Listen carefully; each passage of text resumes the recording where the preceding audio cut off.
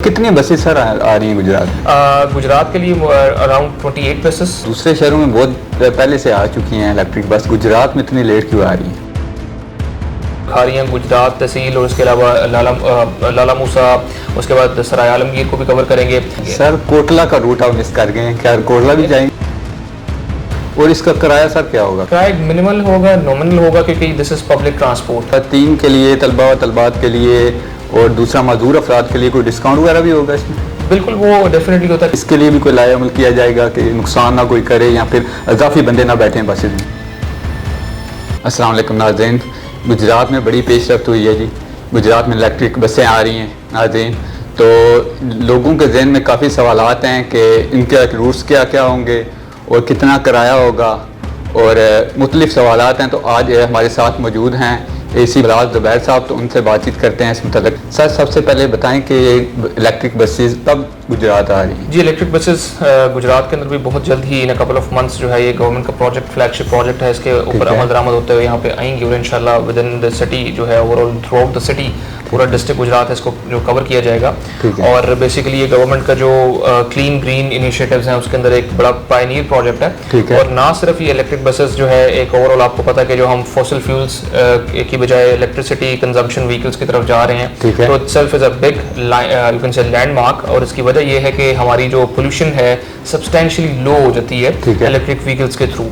तो electric vehicles act, तो अगर इसको देखा जाए, हम आजकल जिस तरह आप देखें फ्लड्स इस दफ़ा बड़े क्रॉनिक किस्म के आए हैं और उसके मेजर रीज़न हमारी जो क्लाइमेट चेंज है उसकी वजह से है। तो government basically through out Punjab इसके ऊपर वर्कआउट करना चाहती है कि क्लाइमेट चेंज के हवाले से हम जितनी एफर्ट्स कर सकते हैं वो करें। Electric buses is also one of those projects. और ना सिर्फ ये पब्लिक ट्रांसपोर्ट को स्ट्रेंथन करेगी बल्कि जो हमारी फाइट अगेंस्ट क्लाइमेट चेंज है उसके अंदर भी it will help us out lot. Sir इनके रूट्स क्या क्या होंगे? ये बेसिकली इस तरह आई मेंशन बिफोर के तमाम डिस्ट्रिक्ट को हमारा कवर किया जाएगा। इसके अंदर खारियां, गुजरात तहसील और उसके अलावा लाला मूसा, उसके बाद सराय आलमगीर को भी कवर करेंगे। और अगर हम ईस्ट की तरफ देखें तो जलालपुर जट्टा, उससे आगे उधर भी हमारे जिस तरह 4 स्टॉप्स उस तरफ जलालपुर जट्टा सिटी के अंदर हैं। वेस्ट की तरफ देखें तो पुंजाब की तरफ भी हैं, पुंजाब से आगे मंगोवाल, और इसी तरह नॉर्थ की तरफ जाए तो खारियां वगैरह। तो इसमें मल्टीपल स्टॉप्स हैं, मल्टीपल बस स्टेशन बनेंगे और depending on the you can से डेंसिटी ऑफ द पॉपुलेशन। तो डेंसिटी ऑफ द पॉपुलेशन उसको मद्देनजर रखते हुए मल्टीपल रूट्स का जो है वो इंतखाब किया गया है। सर कोटला का रूट आप मिस कर गए हैं, क्या कोटला भी जाएंगी? नहीं, ये बेसिकली मैंने जनरल ही चीजें बताई हैं, मतलब it's covering the whole district. और इसमें डिस्ट्रिक्ट कवर करने के साथ साथ पॉपुलेशन के हवाले से जो है वो कर रहे हैं। तो जिस तरह मैंने मेंशन किया कि थ्रू आउट पंजाब है, इस तरह गुजरात के अंदर भी थ्रू आउट द डिस्ट्रिक्ट है। तो मल्टीपल रूट्स हैं और स्पेसिफिकली जो है उनके ऊपर बनेंगे, अभी उसके ऊपर काम चल भी रहा है। ठीक है। और कितनी बसेस सर आ रही हैं गुजरात? गुजरात के लिए अराउंड 28 बसेस जो है, if I am not wrong, ठीक है, I will quote the exact figure afterwards, but I think around about 20+ है। और ये इतनी होंगी हमारी जिसको हम देखेंगे तो हमारा ओवरऑल पूरा का पूरा जो है वो डिस्ट्रिक्ट कवर करेगी और उससे एक अच्छा जो है हमारा पब्लिक ट्रांसपोर्ट का जो मैकेनिज्म है वो अच्छा स्टेप। और इसका किराया सर क्या होगा? किराया वगैरह किराया मिनिमल होगा, नॉमिनल होगा, क्योंकि this is public transport. Public transport is again, जिस तरह मैंने पहले कहा कि अगेन किसी शहर की जो है एक लोगों के लिए और हमारे जो मेन पब्लिक यूजर्स हैं उनके लिए होती है, तो उसका किराया डेफिनेटली नॉमिनल ही होगा, ज़्यादा इसका नहीं है। और मेन क्योंकि एक शहर को कनेक्ट करने के लिए इसको लाया जा रहा है, तो इसका बेसिकली ये फेयर सेंट्रिक नहीं, ये पब्लिक डिलीवरी सेंट्रिक है। ठीक है जी। तो सर खवातीन के लिए, तलबा व तलबात के लिए और दूसरा मजदूर अफराद के लिए कोई डिस्काउंट वगैरह भी होगा इसमें? बिल्कुल, वो डेफिनेटली होता है। कई जगहों पर उनकी एग्जाम्पशंस भी मिलती हैं, वो एज पर पॉलिसी बिल्कुल उसके साथ साथ चलता रहेगा। स्टूडेंट्स के लिए हमेशा से पॉलिसीज रही हैं और मोस्ट ऑफली इसके अंदर भी इनकॉर्पोरेट की जाएंगी। तो अगेन ये जिस तरह मैंने पहले बताया कि फेयर सेंट्रिक नहीं है, पब्लिक सर्विस डिलीवरी सेंट्रिक है। तो ओवरऑल जो हमारे पब्लिक ट्रांसपोर्ट वगैरह के वैसे भी होते हैं वो भी नॉमिनली होते हैं, तो इसको भी नॉमिनल साइड पे रखा जाएगा। सर दूसरे शहरों में बहुत पहले से आ चुकी हैं इलेक्ट्रिक बस, गुजरात में इतनी लेट क्यों आ रही है? नहीं, देयर आर मल्टीपल डिस्ट्रिक्ट्स जिसके अंदर अभी मजीद अभी शायद वहाँ पे भी आती हैं, रहना बाकी हैं। तो जिस तरह मैंने पहले मेंशन किया कि ये सिर्फ एक डिस्ट्रिक्ट या 2 डिस्ट्रिक्ट या डिवीजन्स के लिए नहीं था, पूरे पंजाब के लिए प्रोजेक्ट है।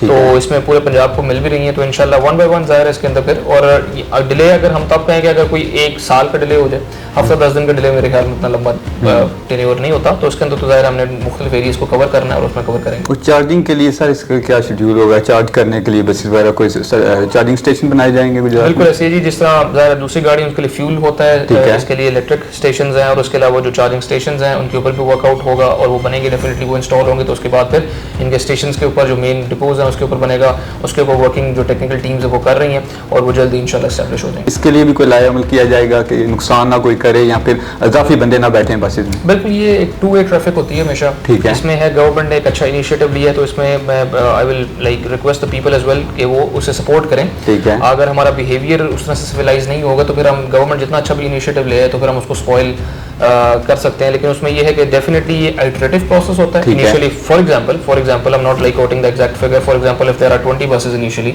और उसके बाद फिर वो उसमें ऐसा लगता है कि डिमांड ज़्यादा है तो उसके ऊपर इंक्रीज भी हो सकती है, यहाँ पर कहीं और ज़्यादा होती है तो उसके ऊपर डिक्रीज भी हो सकती है। It's always a iterative process और उसमें चलता रहता है। लेकिन at the same time like being citizens of a country, being citizens of a city, हमें इस चीज़ का ख्याल जरूर रखना है कि ये हमारा अपना एसेट है, ये किसी की प्राइवेट मिल्कियत नहीं है, ये हमारी अपनी ही, ये बेसिकली ये बसेस भी हमारी अपनी है, शहर भी हमारा अपना है। तो इसकी प्रॉपर्टी को अगर हम डैमेज कर रहे हैं तो that means we are damaging our own you can say property. तो इसमें एक तो हमें खुद ख्याल करना चाहिए इस चीज़ का कि ओवरलोडिंग की तरफ हम खुद ना आ जाए और एट द सेम टाइम दूसरी तरफ को इस तरह की कोई इमलाक को नुकसान ना पहुंचाएं। ठीक है। तो इट्स जस्ट लाइक अगर हम क्लीन एनवायरनमेंट की बात करते हैं तो क्लीन सराउंडिंग्स की बात करते हैं तो हमें खुद भी इसमें रोल प्ले करना पड़ता है और it's always a two way traffic. तो हमें हमेशा इसका खुद भी ख्याल करना चाहिए, इसकी ओनरशिप लेनी चाहिए। ठीक, शुक्रिया। और इसका किराया सर क्या होगा, किराया वगैरह? किराया मिनिमल होगा, नॉमिनल होगा, क्योंकि this is public transport. Public transport is again, जिस तरह मैंने पहले कहा कि अगेन किसी शहर की जो है एक लोगों के लिए और हमारे जो मेन पब्लिक यूजर्स हैं उनके लिए होती है, तो इसका किराया डेफिनेटली नॉमिनल ही होगा, ज़्यादा इसका नहीं है। और मेन क्योंकि एक शहर को कनेक्ट करने के लिए इसको लाया जा रहा है तो इसका बेसिकली ये फेयर सेंट्रिक नहीं, ये पब्लिक डिलीवरी सेंट्रिक है। ठीक है जी। तो सर खवातीन के लिए, तलबा व तलबात के लिए और दूसरा मजदूर अफराद के लिए कोई डिस्काउंट वगैरह भी होगा इसमें? बिल्कुल, वो डेफिनेटली होता है। कई जगहों पर उनकी एग्जाम्पशंस भी मिलती हैं, वो एज पर पॉलिसी बिल्कुल उसके साथ साथ चलता रहेगा। स्टूडेंट्स के लिए हमेशा से पॉलिसीज रही हैं। ठीक है। और मोस्ट प्रॉब्ली इसके अंदर भी इनकॉर्पोरेट की जाएंगी। तो अगेन ये जिस तरह मैंने पहले बताया कि फेयर सेंट्रिक नहीं है, पब्लिक सर्विस डिलीवरी सेंट्रिक है। तो ओवरऑल जो हमारे पब्लिक ट्रांसपोर्ट वगैरह के वैसे भी होते हैं वो भी नॉमिनली होते हैं, तो इसको भी नॉमिनल साइड पे रखा जाएगा।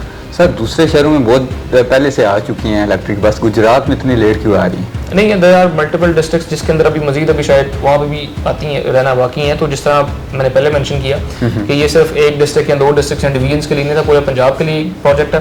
तो इसमें पूरे पंजाब को मिल भी रही है, तो इंशाल्लाह 1 बाय 1 ज़ाहिर है इसके अंदर फिर। और डिले अगर हम तब कहें कि अगर कोई 1 साल का डिले हो जाए, हफ्ता 10 दिन का डिले मेरे ख्याल में इतना लंबा टेन्योर नहीं होता, तो उसके अंदर तो ज़ाहिर हमने मुख्तलिफ एरियाज को कवर करना है और उसमें कवर करेंगे। तो चार्जिंग के लिए सर इसका क्या शेड्यूल होगा? चार्ज करने के लिए बसेस वगैरह कोई चार्जिंग स्टेशन बनाए जाएंगे गुजरात? बिल्कुल ऐसे जी, जिस तरह ज़ाहिर दूसरी गाड़ी उनके लिए फ्यूल होता है, इसके लिए इलेक्ट्रिक स्टेशन हैं और उसके अलावा जो चार्जिंग स्टेशन हैं उनके ऊपर भी वर्कआउट होगा और वो बनेंगे, डेफिनेटली वो इंस्टॉल होंगे। तो उसके बाद फिर इनके स्टेशन के ऊपर जो मेन डिपोज हैं उसके ऊपर बनेगा, उसके ऊपर वर्किंग जो टेक्निकल टीम्स है वो कर रही हैं और वो जल्दी इंशाल्लाह एस्टैब्लिश हो जाएंगे।